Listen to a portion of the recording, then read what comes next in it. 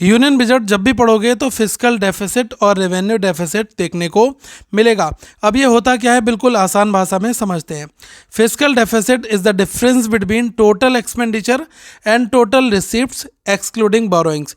अब इसको आसान भाषा में ऐसे समझो कि जब सरकार का कुल खर्च उसकी कुल आय, जिसमें कर्जा है उसको छोड़ दो, उससे ज़्यादा हो जाता है तो उसको फिस्कल डेफिसिट या राजकोषीय घाटा कहते हैं।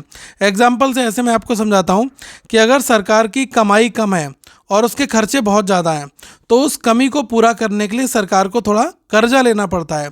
यही जो है वो फिस्कल डेफिसिट कहलाता है। रेवेन्यू डेफिसिट को आप ऐसे समझें कि revenue deficit occurs when revenue expenditure exceeds revenue receipts.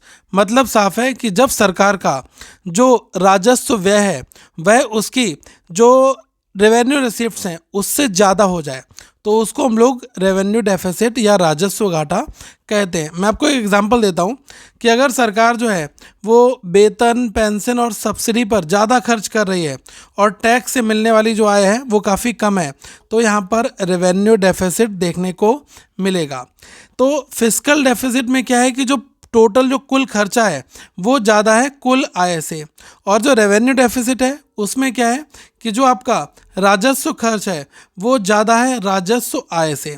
तो यहाँ पर दो चीज़ें हैं, एक है आपका रेवेन्यू डेफिसिट जिसमें हम ये देख रहे हैं कि जो आपका राजस्व खर्च है वो ज़्यादा हो जाता है और जो राजस्व आय से, तो इसको हम लोग रेवेन्यू डेफिसिट कहते हैं।